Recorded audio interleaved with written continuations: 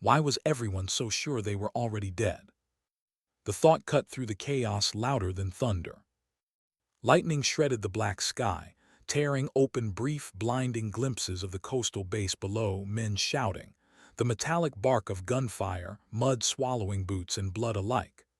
Rain fell in sheets, not drops, hammering the tin roofs and steel plating as if heaven itself had turned hostile. Inside the barracks, panic rippled. Radios screamed, then went silent. The walls trembled with each distant blast. Someone yelled through the din, "We're dead already, we don't stand a chance." And the words stuck, crawling through every man's veins like cold poison.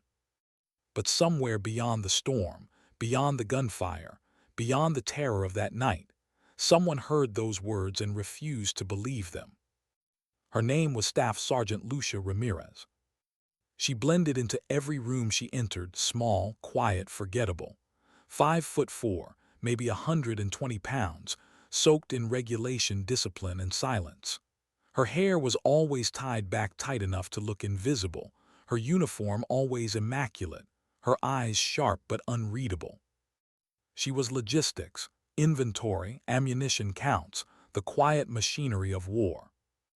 No one remembered her face at the mess hall.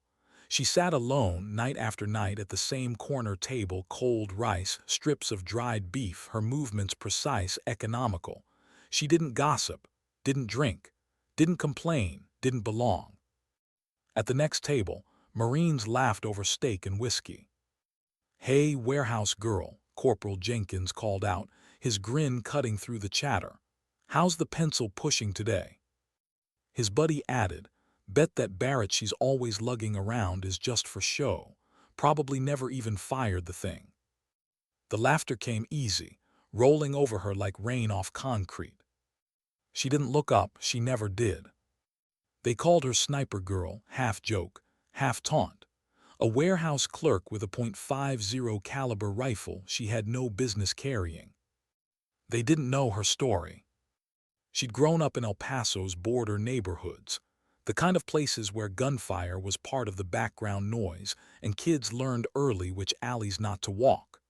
Her father, a maintenance worker with the eyes of a man who'd seen too much of Vietnam, taught her how to shoot before she could drive. Every weekend they'd line up beer cans on a fence and he'd hand her his old rifle, his weathered hand steadying hers. "Mija," he used to say, "never let anyone else decide what you're worth. You show them with your hands, with what you can do." The words carved themselves deep into her and never left. Through basic, through logistics training, through years of being the youngest, the quietest, the only woman in the room, she'd learned to absorb everything. Ballistics, wind drift, sound propagation, the way humidity changed bullet travel. Things others memorized for tests, she lived for precision. Her barracks looked less like a soldier's quarters and more like a scientist's lab, notebooks filled with calculations, annotated weather charts, even a small telescope aimed out her window. She'd measure distances between buildings, note wind shifts at different hours, map sightlines no one else noticed. Every night she broke down and reassembled the Barrett. The ritual was meditative, oil, cloth, the soft click of precision parts falling into place. Her hands moved automatically, her mind calm. The weapon wasn't a symbol of power.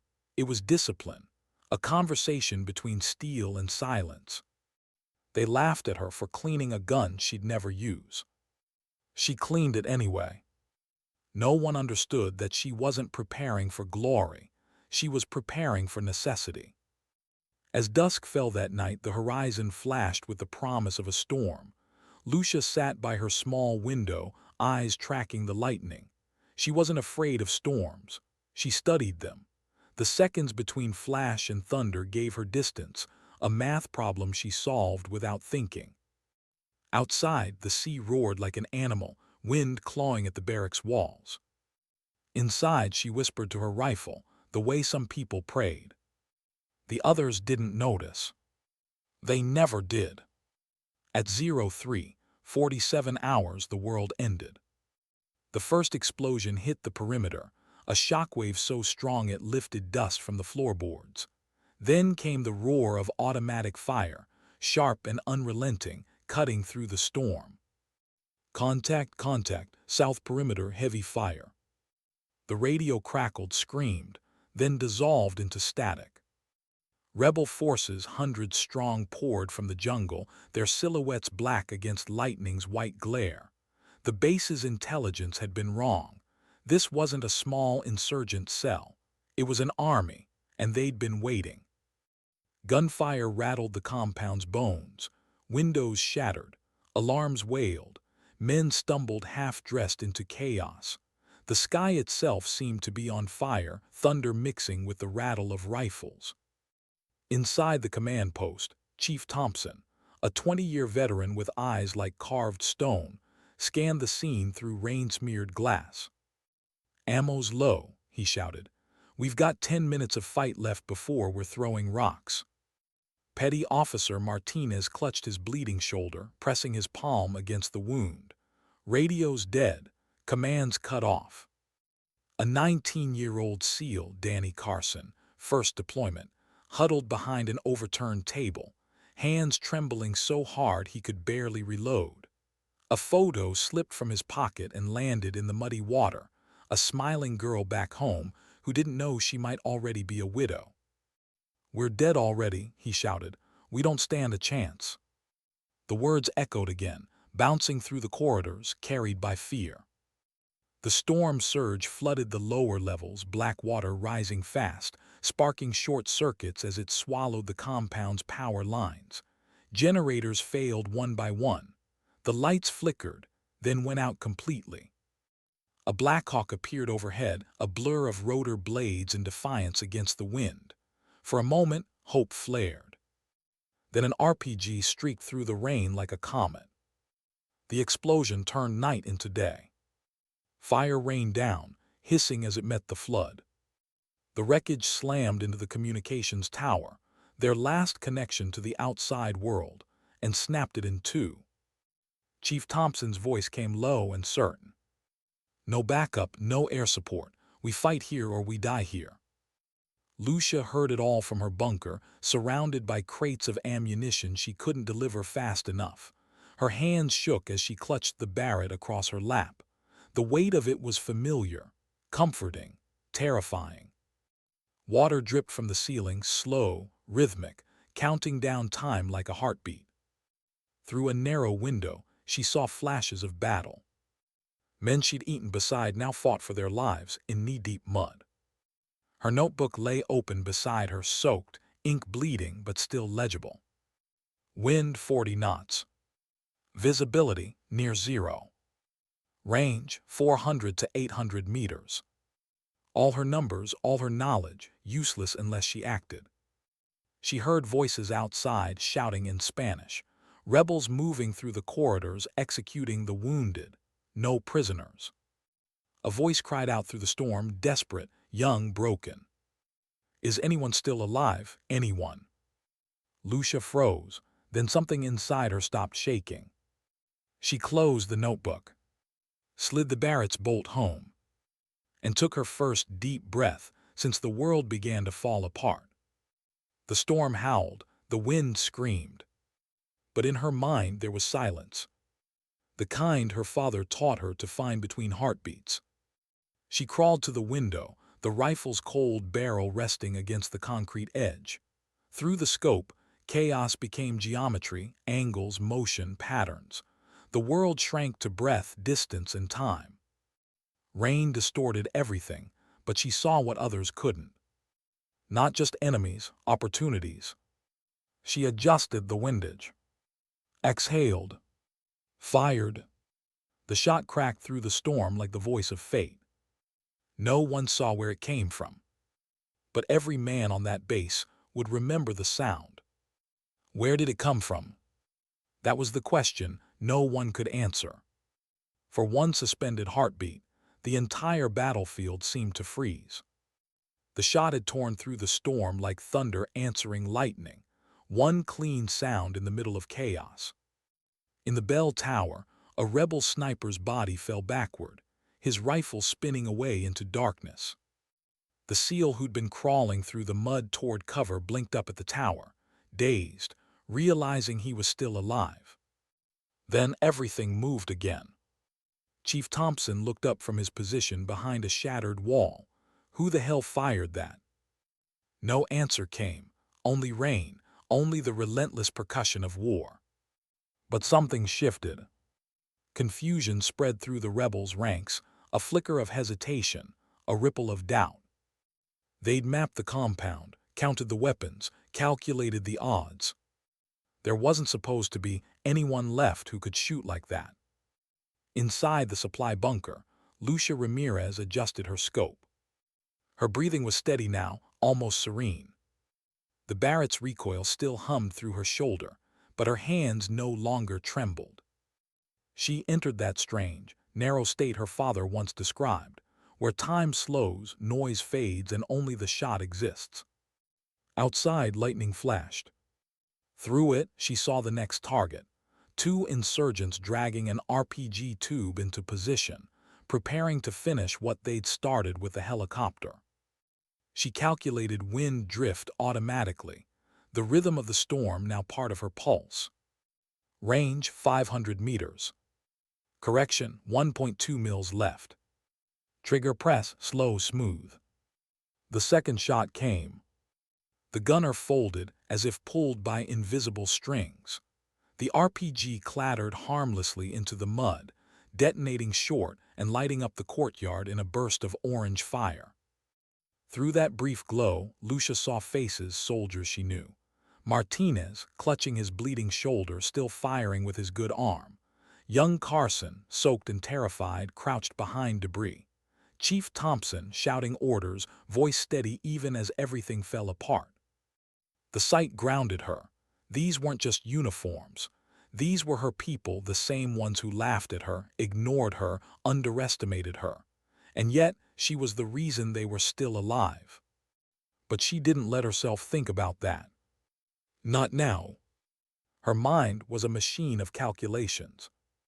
A moving equation of distance, humidity, velocity, wind. She chambered another round. Outside, someone shouted, "Sniper, unknown sniper." The words rippled through both sides of the fight. To the Americans, hope. To the rebels, fear. Lucia exhaled, scanning through the scope. The enemy commander had moved, a scarred man barking orders behind an overturned truck, his voice cutting through the storm. He was disciplined, experienced, the kind who'd survived long enough to believe himself untouchable. She tracked his movement through the scope, anticipating his shift from one position to the next. The math came instantly. Wind speed, 35 knots northeast. Distance, 743 meters.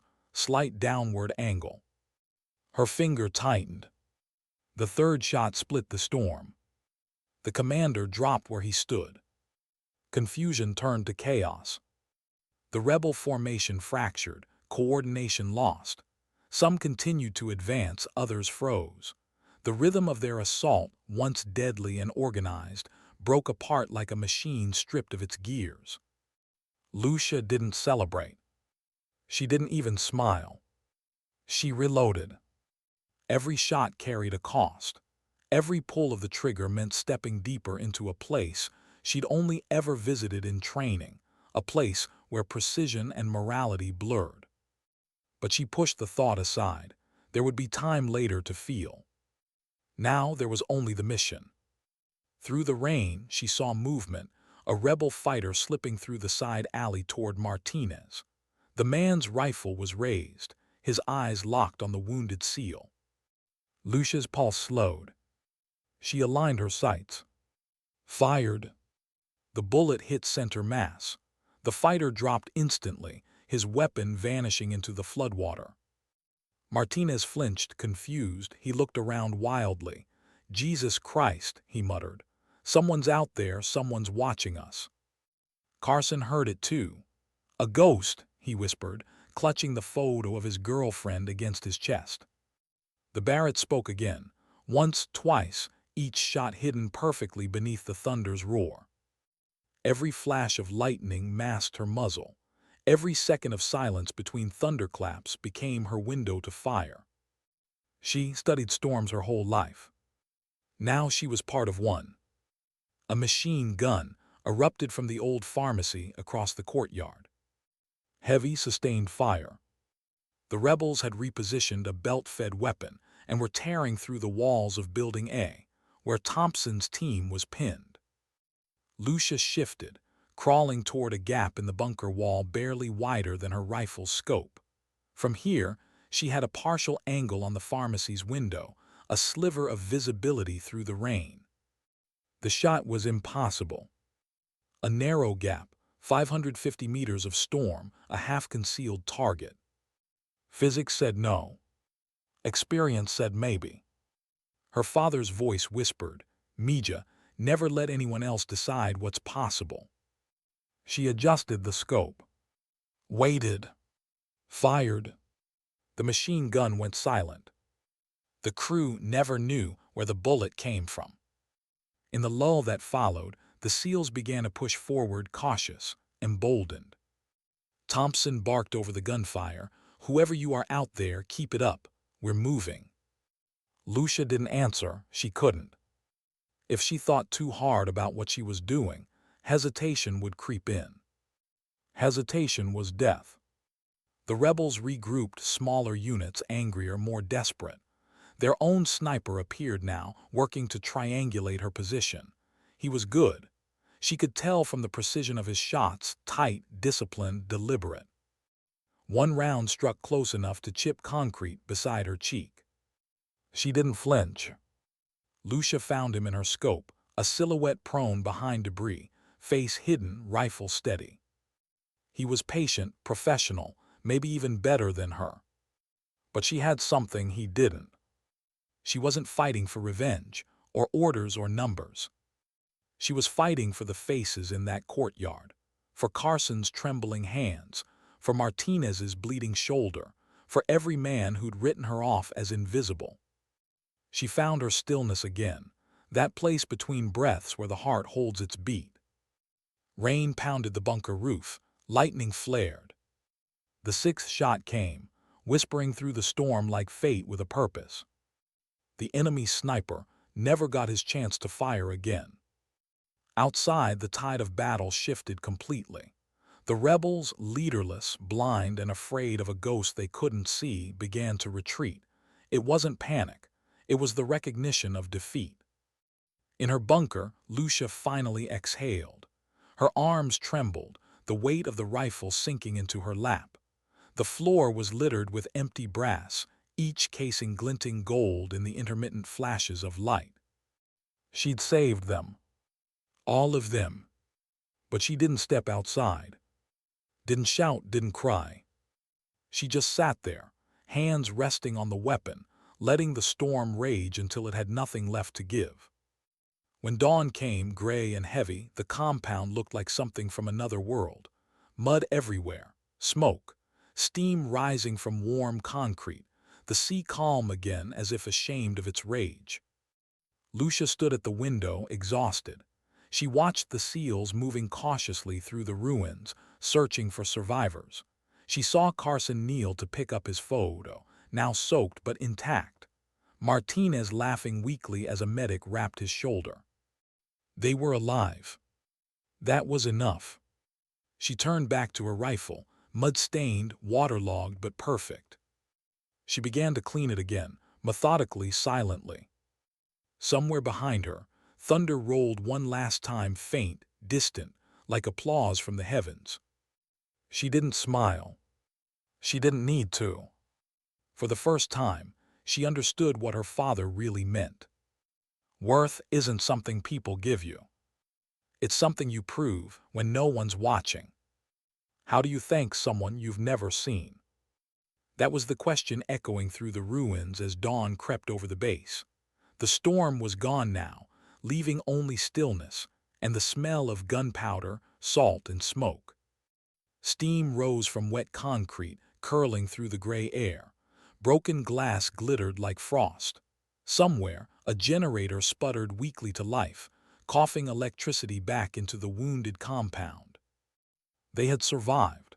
Against every calculation, every expectation they had lived. Martinez sat with his back to a wall, his uniform torn, his shoulder bandaged in layers of gauze. His face was pale, but his eyes were alive, searching. Not for enemies, for something else. 6 shots, he murmured, more to himself than anyone. Maybe 7, each one perfect. Chief Thompson stood beside him, scanning the horizon through binoculars. Nothing but smoke and the distant line of jungle. Whoever it was, he said, they knew exactly what they were doing. Nearby, Carson crouched in the mud, his fingers closing around the small photograph he thought he'd lost, the girl with the shy smile from back home in Ohio. The paper was crumpled, the ink running, but her face was still there. He pressed it against his chest. "Someone saved my life last night," he said softly. "Someone I never saw, never even heard except for that rifle." The words carried, picked up by others as they moved through the wreckage. No one spoke loudly. It felt wrong to break the silence left behind by the dead, or by the ghost who'd kept the living alive. Thompson lowered the binoculars. His voice, when it came, was steady. "We're going to find them."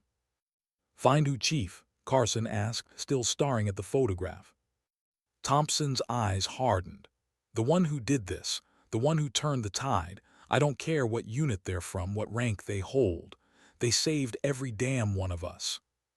Word spread fast, faster than any official order. By mid-morning, groups of SEALs were combing through buildings, mapping angles, retracing the path of bullets. They followed the mathematics, the line between where a man fell and where the shot must have come from. Every line pointed south, toward the old logistics warehouse, toward the supply bunkers. At first the idea seemed ridiculous.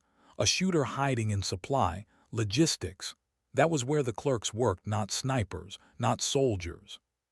But the evidence didn't care about logic. In Building C they found its small, almost invisible signs, displaced dust, a clean line of sight through a narrow window, spent brass scattered on the floor. 6 casings, maybe more.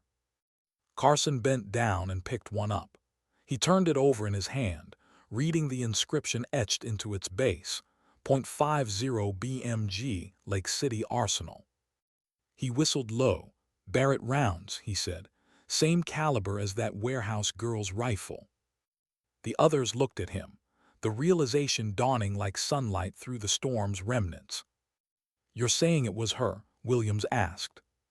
"I'm saying," Carson replied quietly, "no one else on this base even has one of these." They moved together, slow, careful steps, through the mud-slicked hallways of the logistics building. The power was still out here. The only light came from the soft gray glow filtering through cracked windows. They found her exactly where she always was. Lucia Ramirez sat behind a folding desk, clipboard in hand, methodically counting ammunition crates. Her hair was still tied back, her uniform immaculate despite the mud that clung to her boots. When she looked up and saw them, her expression didn't change. "Morning, Chief," she said simply, her tone calm, respectful. "Morning," Thompson answered, his voice slower, now careful. "We're checking damage reports." "Understood, sir. Ammunition loss appears minimal. Most crates are intact." She didn't volunteer anything more. Didn't mention the shots, the rifle, the storm. And Thompson didn't ask, not yet. He studied her quietly. Years of experience had given him an instinct for reading people, a sense for the ones who'd seen combat and the ones who hadn't. Lucia moved like a shooter, not the swaggering kind, not the loud ones, the still kind, the kind who could be chaos one second and silence the next. "Were you here last night?" he asked finally. "Yes, Chief. Secured the ammunition stores as per protocol." Her tone was matter-of-fact, the perfect soldier's answer. But Thompson noticed her hands steady as stone, not nervous, not fidgeting, the kind of steadiness that came only after long practice under pressure. Behind him, Martinez stepped forward, wincing as his wound pulled. "Those shots last night," he said. "Whoever made them saved all of us, professional level, military precision. Lucia said nothing. Her eyes flicked down to the clipboard again. For a moment, no one spoke. The sound of rainwater dripping through the ceiling filled the space between them. Then Carson, voice soft but certain, said, "Ma'am, I just wanted to say thank you." Lucia looked up. Their eyes met, his young and searching, hers calm and unreadable. There was no confirmation, no denial, only acknowledgement, a brief, human silence heavy with everything words couldn't hold. Thompson stepped closer. He wasn't smiling, but there was something in his gaze that hadn't been there before, respect. He reached out and set a calloused hand on her shoulder. "From now on," he said quietly but firmly, "nobody calls you warehouse girl." No one laughed this time. No one spoke at all. Something had shifted, not just in her but in them. The silence that followed wasn't awkward. It was reverent. They left her to her work, but none of them looked at her the same way again. Later that afternoon, as technicians repaired power lines and medics tended to the wounded, Corporal Williams returned to the bunker. He wanted proof, something tangible. He found it half buried in the red clay outside the window, a single brass shell casing, wet from rain but still gleaming. He picked it up carefully, wiping the mud away with his sleeve. "This is one of hers," he whispered. He held it up to the light like a relic, and for a second, everyone nearby just stared. Not at the casing, but at what it represented. Proof that angels didn't always have wings. Sometimes they had steady hands and perfect aim. By nightfall, the story had spread. From the SEALs to the medics. From the medics to the pilots. From the pilots to the next base over. Each retelling added something, details blurred, embellished, turned mythic.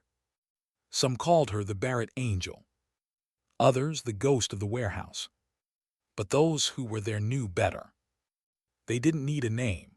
They remembered the silence between thunderclaps, the invisible presence in the storm, the miracle that came not from the sky but from a bunker. Lucia didn't seek out the attention. She didn't speak at the debriefing. While officers tried to piece together their reports, she sat in the back, jotting notes into her small leather notebook. Wind during storm, 40 knots gusting. Visibility, near zero. Confirmed impact adjustments, plus 2 inches at 600 meters. Data pure, unemotional, the language of her world.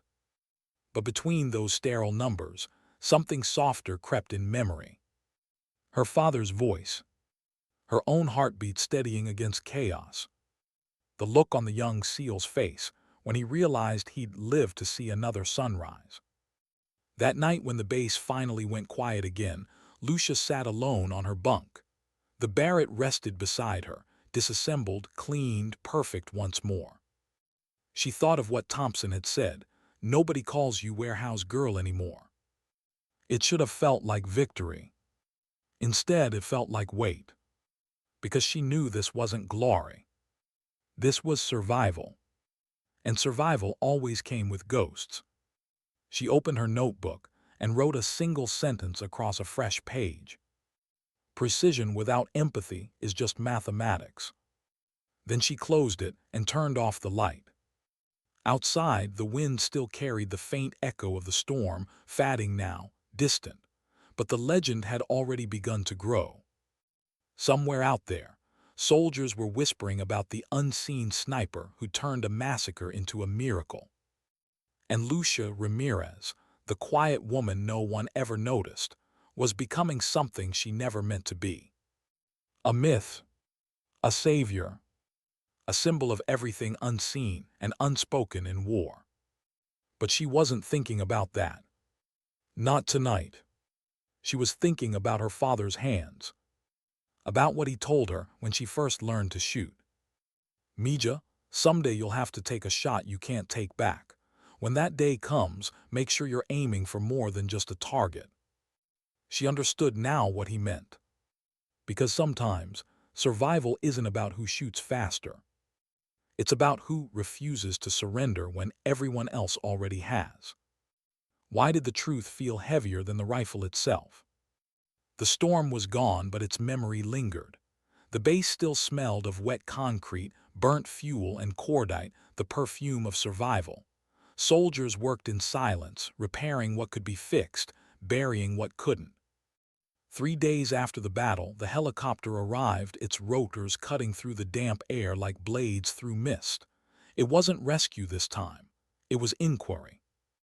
The man who stepped off wore no combat gear, just fatigues, and the easy, economical posture of someone who'd spent his life teaching others how to kill cleanly.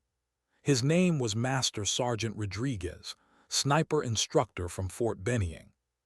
He didn't smile, didn't salute. He just looked around, scanning the battered compound with slow, methodical eyes. 6 confirmed kills, Thompson told him, walking beside as they made their way toward the courtyard. All precision shots, all during a storm that grounded air support and made visibility near zero. Our people were pinned. They'd be dead without whoever did this. Rodriguez stopped walking. You're saying your shooter operated alone, no spotter. Thompson nodded, alone. That word hung in the air, impossible, yet undeniable. Rodriguez crouched beside one of the bullet impact sites. He traced the hole in the concrete with a fingertip, then glanced toward the tree line, gauging angles the way a mathematician reads equations. 700 meters, he said quietly, in a storm at night, with crosswind gusts at 40 knots. He stood brushing dirt from his hands. That's not luck, that's mastery. The next hours unfolded like a crime scene investigation. Rodriguez and his small team measured distances, studied trajectories, plotted lines through rain-streaked windows. Each clue drew the same conclusion. All shots had originated from the southern sector, from the logistics area. Building C. The ammunition bunker. When they reached it, Rodriguez stopped in the doorway and looked around. Displaced dust. Footprints in the red clay. The faint metallic scent of gun oil. He bent to pick up an empty casing, turning it in his palm. .50 BMG, he said. Lake City Arsenal, same as what your supply sergeant keeps for inventory inspections. Thompson's silence said everything. Inside, Lucia Ramirez sat at her desk, writing. Her notebook lay open, each line filled with the calm precision of someone who'd already made peace with what she did. When she noticed them, she rose instantly. Master Sergeant, she greeted politely. Rodriguez studied her, the small frame, the quiet tone, the still eyes. He'd trained hundreds of shooters in his career. None looked like her, but he also knew enough not to trust appearances. Staff Sergeant Ramirez, he said, voice even. You were here during the engagement. Yes, sir. I secured ammunition storage and monitored supply loss. Her delivery was flat, official, not defensive, not nervous, just neutral. He nodded, glancing at the rifle case leaning against the wall, the one that contained the Barrett. Mind if I take a look? She hesitated for a fraction of a second, then unlocked it. The weapon gleamed under the low light, spotless, perfectly maintained, barrel polished to mirror shine. Rodriguez lifted it gently, as one might hold something sacred. He checked the chamber, the bore, the 0 marks on the scope. Everything was perfect. Too perfect.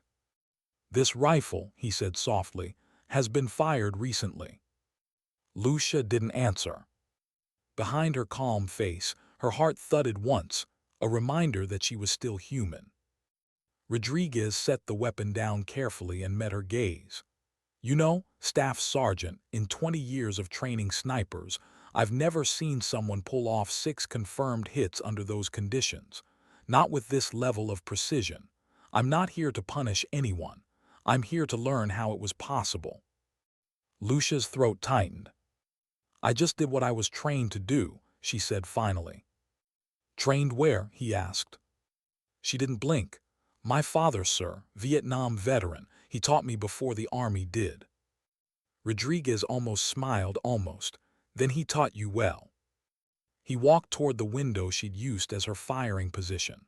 Through it, the field beyond stretched out muddy, scarred, scattered with the ghosts of battle. Most people, he said quietly, wouldn't have even tried to shoot through this storm. You didn't just try, you made every shot count. Lucia didn't respond. She couldn't. Because in her mind, she wasn't replaying the praise, she was replaying the faces. The ones she'd saved, and the ones she hadn't. Thompson broke the silence. "Master Sergeant, what do you think?" Rodriguez turned back to face them both. "I think you've got someone extraordinary here, and I think she just redefined what's possible." He reached into his pocket and pulled out a folded notepad, the kind used for official reports. "I'll have this logged in my findings. They'll want to debrief her formally, possibly recommend commendation." But Lucia stepped forward, shaking her head. "Sir, I'd prefer to remain off record." Rodriguez raised an eyebrow. "Off record?" "Yes, sir. The mission was a team effort. The focus should stay on those who fought in the open." Thompson looked at her for a long moment. "You don't want recognition." Lucia met his eyes. "Recognition isn't why I joined." There was no arrogance in her tone, only quiet certainty. Rodriguez nodded slowly. "Understood." He tore the top sheet from his notebook, folded it, and tucked it into his breast pocket. "You'll get what you want, Staff Sergeant, but just so you know, stories like this don't stay buried." He was right. By the next week, the report, classified but whispered about, was circulating through sniper schools, intel offices, and military forums. A case study in impossible precision. 6 shots, 6 kills, under the worst conditions imaginable. Students read it with disbelief. Instructors debated the math. But no one could deny the data. Environmental conditions, visibility near zero. Wind gusting to 40 knots. Range, 400–750 meters. Hit probability, statistically impossible. Yet it happened. Lucia Ramirez didn't read the report. She was busy cataloging medical supplies, organizing shipments, returning to her quiet rhythm. When officers arrived to discuss commendations, she was unavailable. When a journalist requested an interview about the mysterious sniper, she was reassigned to inventory review. When Rodriguez sent a follow-up note thanking her for cooperation, she replied with a single line. The numbers were never the point. Her world returned to silence. But around her, the legend grew. Mechanics whispered her story over cigarettes behind the hangar. Pilots retold it during flight briefings. Infantry units referenced it in training. The phrase "Barrett Angel" appeared on chalkboards, briefing slides, call signs. And though no one said her name, everyone knew who it meant. The weapon itself gained a kind of reverence. When Lucia brought it in for maintenance, the armorer refused to touch it. "This rifle," he told his assistant, "wrote its name in history. We don't clean it, we honor it." Lucia didn't argue. She simply took it back, checked the chamber, and walked away. That night she sat on her bunk again, notebook open, pencil in hand. The air outside hummed with distant generators. The sea was calm now. She wrote, "It's not the wind or the math that makes a shot true. It's the reason behind it." Then she closed the notebook, set it beside the Barrett, and rested her head against the cold wall. Her eyes burned, but she didn't cry. In the corridor, faint laughter echoed, soldiers joking, alive, unaware that their survival had become someone else's burden to carry. Lucia breathed in slow, out slower. She thought of her father again, his cracked hands guiding hers, his voice rough with years and truth. "Mija, one day, someone will ask what you did when it mattered most. You won't need to answer. The world will already know." She never imagined that prophecy would come true like this, quietly, invisibly, without fanfare. Sometimes heroism doesn't roar. It whispers. And sometimes It hides behind a uniform still damp from rain, a weapon cleaned in silence, and a heart that doesn't know whether it did the right thing, only that it had to. When does a story stop belonging to the person who lived it? Lucia Ramirez asked herself that question weeks after the storm. The coastal base had changed. On the surface, everything looked the same: rebuilt walls, fresh paint, order restored. But beneath the routine, something was different. Conversations stopped when she entered a room. Faces turned. The silence she'd once worn like armor now followed her like a shadow. They thought they were being subtle. They weren't. She could feel it every time someone's eyes lingered too long on her boots, still faintly stained with red clay from the bunker floor. Every time a whispered story cut off mid-sentence when she passed in the corridor. Every time the word angel slipped through the noise. She hadn't chosen that name. Someone else had. And now it was everywhere. At first it had been one soldier's joke, half reverent, half unsure. The Barrett Angel. But soldiers talk and stories grow. By the end of the week, it had crossed bases. By the end of the month, it was legend. They told it around campfires and in aircraft hangars, a fable for the quiet ones, for the invisible workers who never made it into the photographs. The story of the woman who saved an entire SEAL team from certain death, who fired 6 impossible shots through a storm and vanished back into the shadows. Every version was different. In some, she was a ghost. In others, a rogue sniper. In one, she died during the battle, and her rifle kept firing on its own.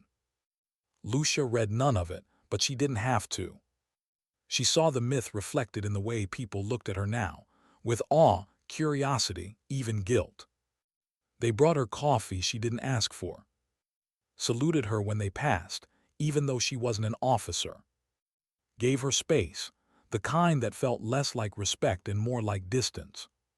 She'd become something untouchable. And yet when she sat alone at the same corner table in the mess hall, eating cold rice and dried beef, she felt the same as before, maybe emptier.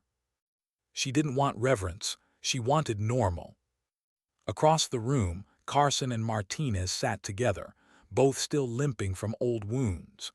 They kept their voices low, but Lucia caught pieces of their conversation. "She won't talk about it," Martinez said. "I tried asking. She just smiled and changed the subject." Carson shrugged. "Maybe she doesn't need to talk about it. Some people carry their battles quiet." Martinez nodded slowly. "Still, I owe her my life. Feels wrong not to say it out loud." Lucia didn't turn. She didn't want thanks. She didn't know how to hold it. She finished her meal, stood, and left the mess quietly, the way she always had. Outside, the air smelled of salt and engine oil. Helicopters idled in the distance. The sea stretched gray and infinite under the overcast sky, calm again, pretending it had never raged. She walked to the firing range, where the sound of practice shots cracked like small echoes of memory. Rodriguez's voice drifted from the far end. He was running a session, instructing new recruits in marksmanship. She hadn't expected him to still be here. When he saw her, he paused, lowering his binoculars. "Staff Sergeant Ramirez," he greeted. "Good to see you out here." "Just checking equipment," she replied, glancing at the rows of rifles. He smiled faintly. "You can drop the act with me. I know what you're doing." She hesitated. "And what's that?" "Trying to disappear," he said. "It doesn't work once people have seen you clearly." Lucia didn't answer. Rodriguez motioned toward the open lane. "Want to show the recruits how it's done." She shook her head. "That's not my place." "Your place," he said evenly, "is wherever your skill saves lives. Don't let anyone tell you otherwise." He handed her a set of earplugs and stepped back. Lucia stared at the rifle on the bench. It wasn't hers, but the weight, the smell, familiar enough to stir something inside her. She picked it up, lined the sights, and fired. Once, then again, then a third time. Each shot struck center target, each one perfect. The recruits behind her whispered softly, their faces lit with something between admiration and disbelief. Rodriguez only nodded, his tone calm but reverent. Precision, he said, isn't about hitting the target, it's about knowing why you're aiming. Lucia lowered the rifle. And what if you stop knowing? He looked at her for a long moment. Then you rest, until the reason finds you again. She handed the weapon back and walked away, his words echoing behind her like the last notes of a song she didn't know how to finish. That night in her barracks, Lucia cleaned her Barrett again, even though it hadn't been fired since the storm. The metal glinted under the dull light, flawless. The smell of oil filled the small room. Each part slid into place with a soft click, familiar, reassuring, empty. When she finished, she sat back and stared at the rifle across her knees. People called it a miracle, a legend, an angel's weapon.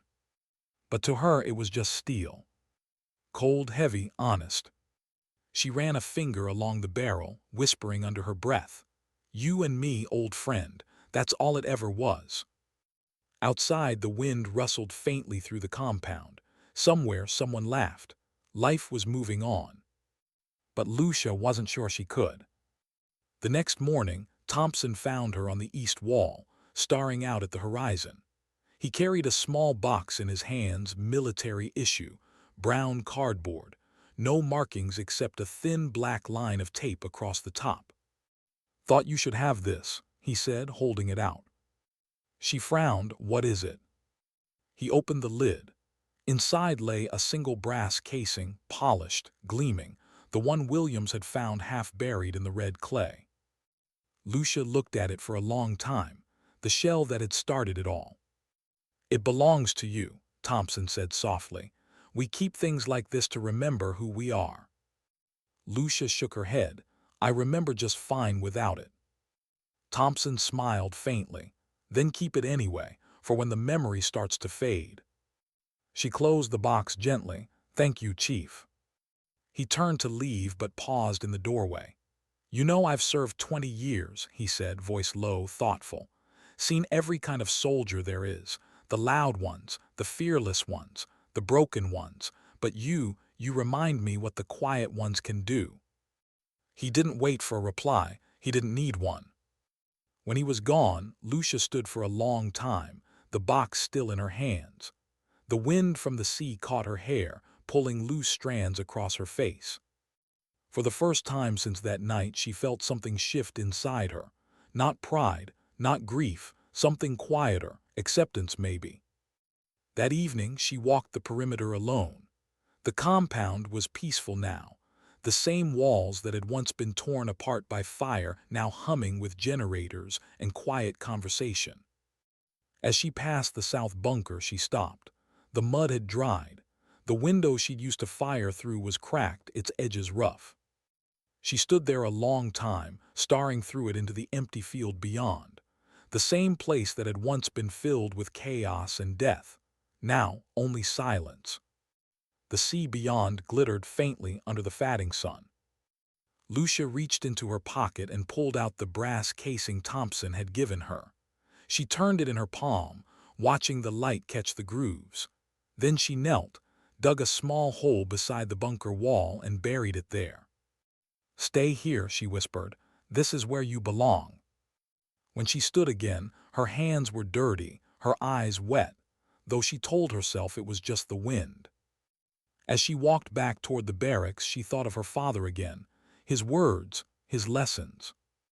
He'd told her that dignity doesn't need applause, that worth isn't decided by medals or speeches. And now she finally understood what he meant. Some people fight wars loud. Others fight them in silence. Both bleed the same. How long can a person live in silence before it starts to feel like exile? Months passed. The battle became a report, the report became a story, and the story became legend. And legends, she'd learned, have a life of their own. The Barrett Angel was no longer just a whisper among the surviving SEALs.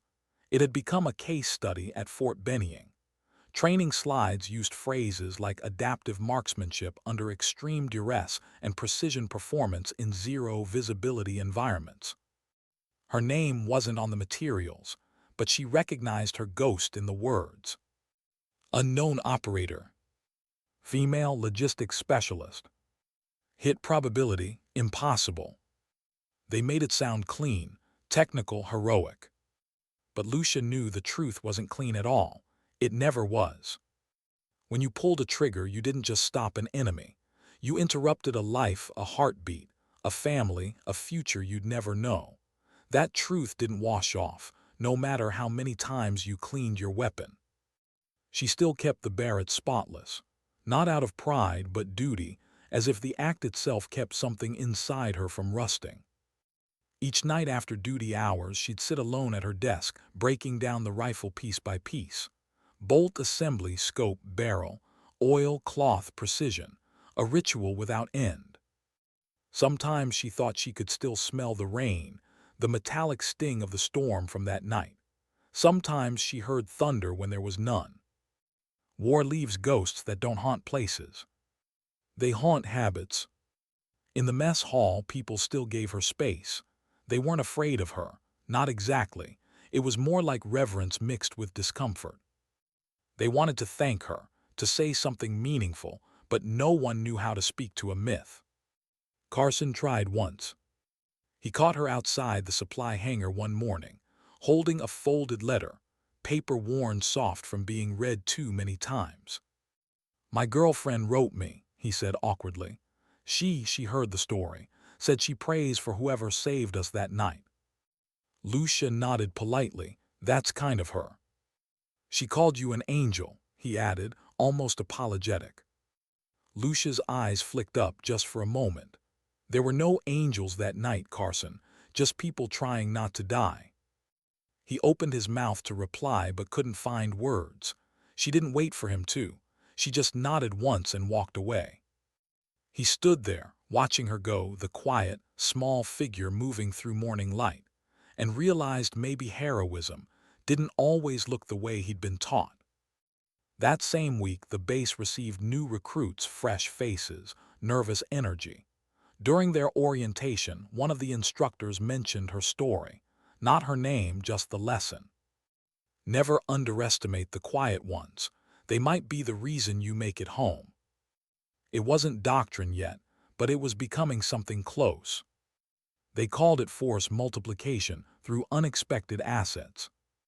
A complicated phrase for a simple truth: never overlook the invisible. And though Lucia never attended those briefings, she heard about them in passing, through whispers, hallway talk, the sideways glances of soldiers who suddenly treated her like living proof. It was strange to be seen for something she wished had never happened. Sometimes, late at night, she'd walk the perimeter just to breathe in the salt air. The ocean at night was honest, dark, endless, forgiving. It didn't ask questions. The first few times she did this, Thompson would spot her from the command post and follow quietly at a distance. He never interrupted, never spoke, just made sure she returned safely. One night he approached her at the south wall, where the bunker still stood, its cracked window now patched but still scarred from that storm. "Can't sleep again?" he asked. Lucia didn't look up. "Sleep's fine, the silence is louder." Thompson nodded. He understood in ways most wouldn't. "I've seen that before," he said softly. "After firefights, the world gets too quiet and your brain fills it with echoes." Lucia turned toward him, her face calm, unreadable. "Do they ever fade?" He thought for a moment. "No, you just learn to make peace with the noise." They stood together for a while, watching the horizon where the sea met the dark sky. No words, just understanding, the kind only shared by people who'd both stood too close to death and walked away without asking why. When he left, she stayed, staring at the bunker's wall. In the mud near the base of it, she could still see the faint disturbance where she'd buried the brass casing. Time and weather had begun to smooth it over, but she remembered exactly where it was. She whispered into the wind, "You can stay there, I'll carry the rest." And she did. Days became weeks and the rhythm of duty returned. Supply runs, inventory logs, endless checklists. On the surface, life was normal again. But war has a way of bending normal into something else. Every once in a while, she'd notice the small things. A new recruit lowering his voice when she passed. A pilot glancing her way before takeoff, as if drawing confidence from her presence. A mechanic painting a small white feather on the side of a maintenance crate, a silent tribute to the angel who'd saved men he'd never met. Lucia didn't acknowledge any of it, she didn't correct them, but she didn't feed it either. Let them believe what they needed to. Myths kept people brave. One evening, while reviewing supply requests, she noticed a requisition form from a neighboring unit. Attached was a note written in messy cursive. To whoever taught us to aim for more than survival, thank you. No name, no rank, just that. Lucia folded the note and tucked it into the back of her leather notebook, the same one filled with weather charts, ballistic data, and her father's lessons written in margins. She didn't know what to make of it. Gratitude felt heavier than guilt. That night the base hosted a remembrance ceremony for those lost in the battle.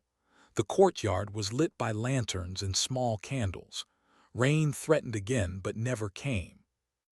Lucia stood in the back unnoticed, hands clasped behind her back, head slightly bowed. Thompson spoke briefly. His words were simple, not about victory, not even about survival, about endurance, about the people who did what had to be done when the odds said not to bother. When he finished, a hush fell. For a long time, no one moved. Then someone began to hum, soft, broken, the melody of an old soldier's hymn. The sound grew as others joined in. Lucia didn't sing. She just listened, her throat tight, her chest heavy. When the ceremony ended, she lingered as everyone else drifted away. The candles flickered in the wind, reflections trembling in puddles left from an earlier drizzle. She crouched near one of them, watching the flames sway. In it, she saw the flash of lightning from that night, the echo of her first shot, the moment everything changed. She whispered to the fire, voice barely audible. If they knew how afraid I was, they wouldn't call it heroism. The candle flickered as if answering. She rose and walked away, the hymn still echoing faintly behind her, a chorus for the living and the haunted. Back in her quarters, Lucia opened her notebook and began to write again. They call it bravery, but maybe bravery isn't the absence of fear. Maybe it's what happens when fear learns discipline. She paused, staring at the words. Then she added one more line, softer. And maybe silence is the only way some of us know how to grieve.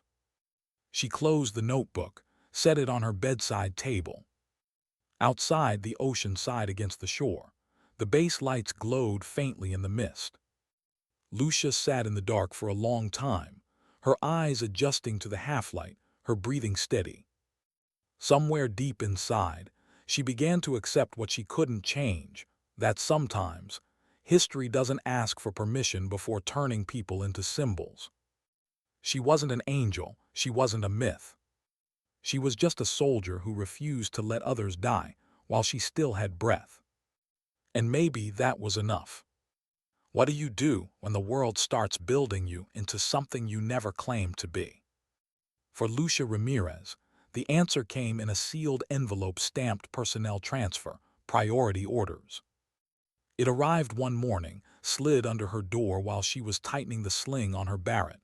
She didn't open it right away. She just stared at it, tracing the crease of the envelope with her thumb. Every soldier knows that feeling, the quiet before a change you didn't ask for. When she finally broke the seal, the words inside were simple. No ceremony, no explanation. Effective immediately. Staff Sergeant Lucia Ramirez assigned to Fort Benning, Georgia, advanced marksmanship instruction. Temporary duty, 6 months. She read it twice, then a third time. It didn't make sense. She was logistics, not combat training. She'd filed inventory reports for years. She wasn't supposed to teach soldiers how to kill more efficiently. But beneath the formal language, she could see the truth. Someone had connected the dots. The after-action report. The Barrett Angel myth. The unspoken acknowledgement that she'd done the impossible. Now they wanted her to turn that impossibility into curriculum. That night she sat alone outside the barracks, the letter folded neatly in her pocket. Thompson joined her, coffee mug in hand. He'd already heard. "So they're finally moving you," he said. Lucia nodded. "Seems that way." "You going to take it?" "I don't know." He sipped his coffee. "You'd be damn good at it, teaching others how to survive." She gave a faint, humorless smile. "I'm not sure I know how to teach survival. I barely understand it myself." Thompson chuckled softly. "That's what makes you perfect for it. The ones who don't romanticize it are the ones worth learning from." They sat in silence, listening to the low hum of the generators. Finally, Lucia said, "I didn't do it to be remembered." "I know," Thompson replied. "That's why you deserve to be." When she looked at him, his expression wasn't pity, it was respect. Quiet, unshakable respect. The next morning she packed. One duffel bag, a few personal items, and the Barrett. She moved through the motions like muscle memory, careful and precise. Before she left, she walked once more to the south bunker. The same cracked window, the same patch of red earth where she'd buried the shell casing. The sea wind carried the smell of salt and rust. She crouched, touched the ground gently, and whispered, "You can stay buried. I'm done hiding." When the helicopter lifted off, the compound shrank beneath her, a cluster of white rooftops against the endless blue of the ocean. No one waved. No ceremony. Just quiet acknowledgement. At Fort Benning, the air was different, dry, heavy with pine and dust instead of salt. Rows of young soldiers filled the ranges, their faces tense with the eagerness of people who hadn't yet learned what it meant to miss someone forever. The commanding officer, Colonel Harris, met her at the gate, tall, deliberate, his handshake firm. "Staff Sergeant Ramirez," he said, "we've read the report.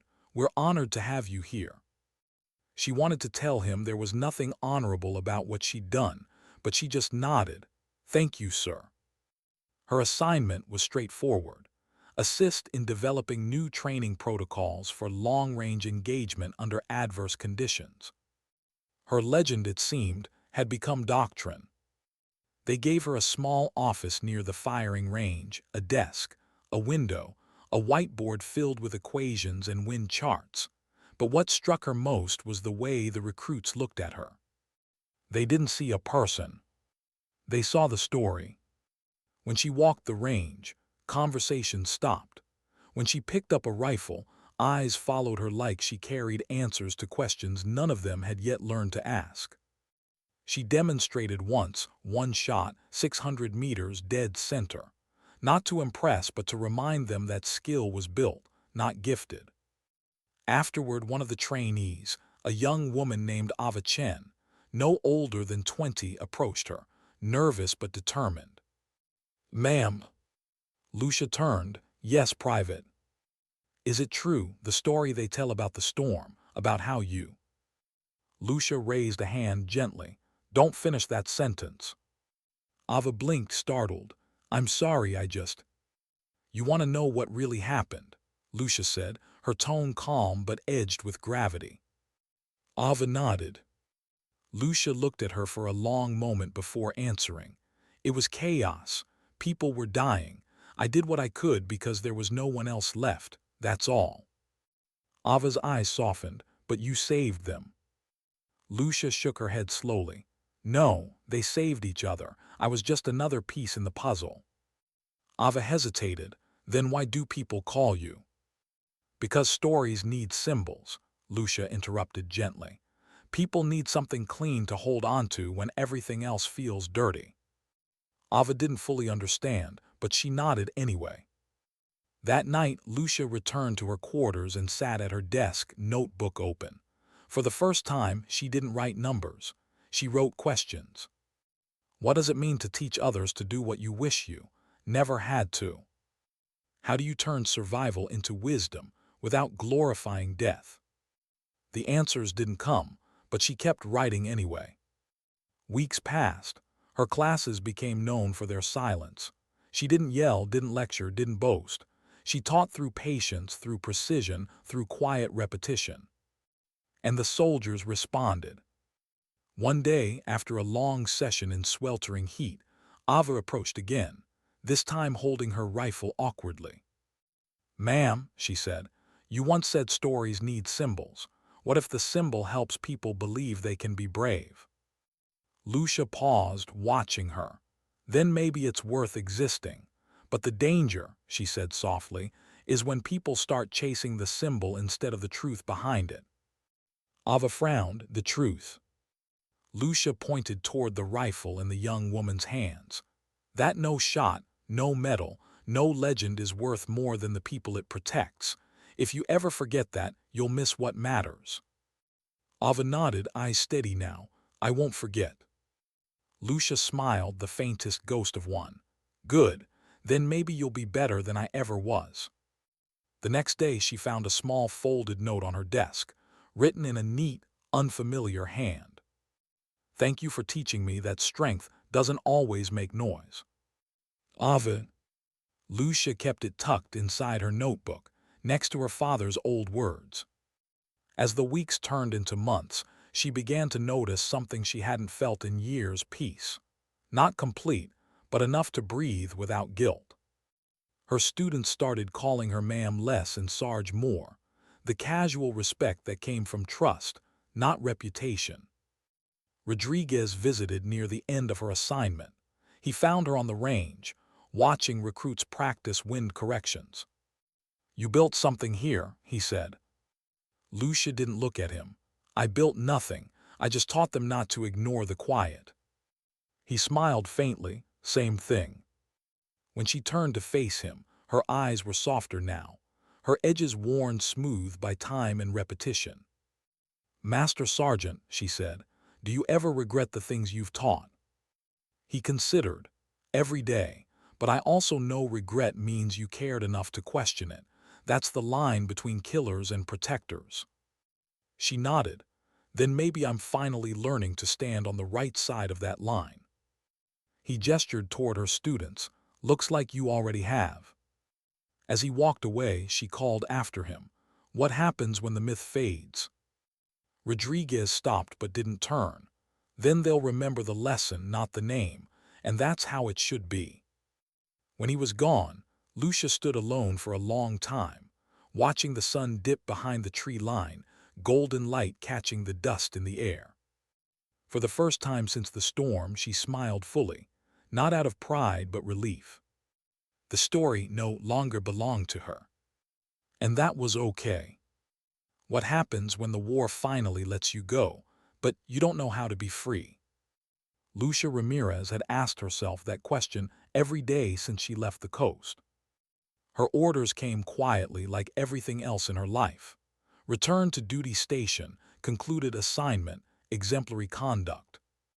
No ceremony, no applause, just a signature at the bottom of a page. Fort Benning faded behind her as the bus wound its way through pine forests toward the civilian airport. The hum of the engine filled the silence where conversation should have been. Around her, other soldiers laughed, texted, dozed. Lucia stared out the window. The landscape rolled by in a blur, sunlight catching on the rifle case resting beside her. The same Barrett, though she hadn't fired it since she'd trained her last student. It wasn't just a weapon anymore. It was history, a reminder, a burden she'd made peace with but never quite set down. When the plane landed in El Paso 2 days later, the air felt heavier, richer, like something from another lifetime. Home. Her father's old house stood exactly as she remembered it. Sun-faded walls, the smell of motor oil and coffee, the wind chimes made from spent brass casings rattling softly in the desert breeze. She let herself in with the spare key hidden beneath the chipped flower pot. The floorboards creaked in the same familiar rhythm. Everything was as it had been, except quieter. He was gone, of course, had been for years, but the ghosts of his lessons lived in the dust, in the rifle rack by the window, in the folded flag above the mantel.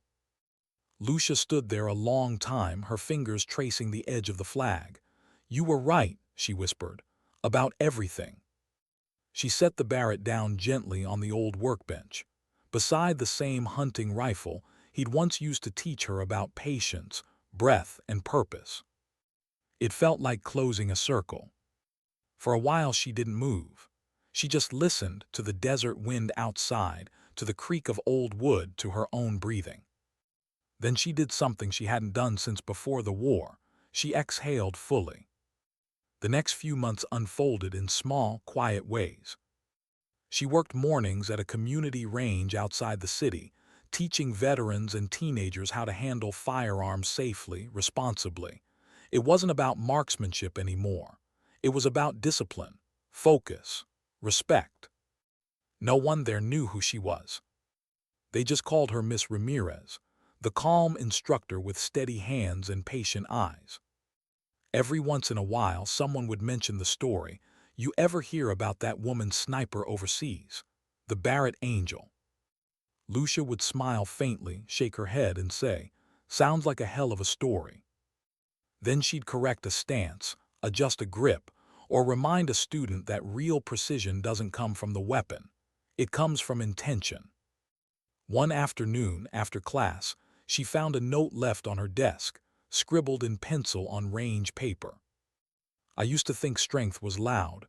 You taught me it can be quiet. Thank you." No name, no signature. She folded it neatly and tucked it into her worn leather notebook, right beside the note from Ava and the old calculations from the storm. The pages had yellowed, the ink had smudged, but every line still spoke the same language, numbers built from empathy. Sometimes, late at night, she'd step out onto the porch with a cup of coffee, watching lightning flicker far out over the desert. The flash-to-thunder distance still came to her automatically. 3 seconds, maybe 4, wind from the west. But now the math brought no urgency, only peace. Once, a local news crew came to the range, doing a feature on veterans teaching the next generation. The reporter asked her to share her service story. Lucia smiled politely. "Nothing worth printing," she said. "Just logistics, paperwork, and counting boxes." The reporter moved on. She preferred it that way. That evening, she sat at her workbench cleaning an old revolver someone had brought in for repair. Her reflection shimmered faintly in the gunmetal, older now, lines at the corners of her eyes, but still steady. She looked at the Barrett leaning in the corner, locked in its case. Dust had begun to gather along the edges. And for the first time, she didn't feel the need to wipe it away. Because she realized something she hadn't before, that sometimes putting a weapon to rest is the truest form of honor. The world didn't need her to shoot anymore. It needed her to remember. And so she did, in small, deliberate moments. A student's first bullseye. A veteran's shaky hands finding confidence again. The sun dipping low over the range, painting everything gold. The noise of war had been replaced by the rhythm of life, softer, but just as real. One evening, a convoy passed along the distant highway, military trucks on their way to training.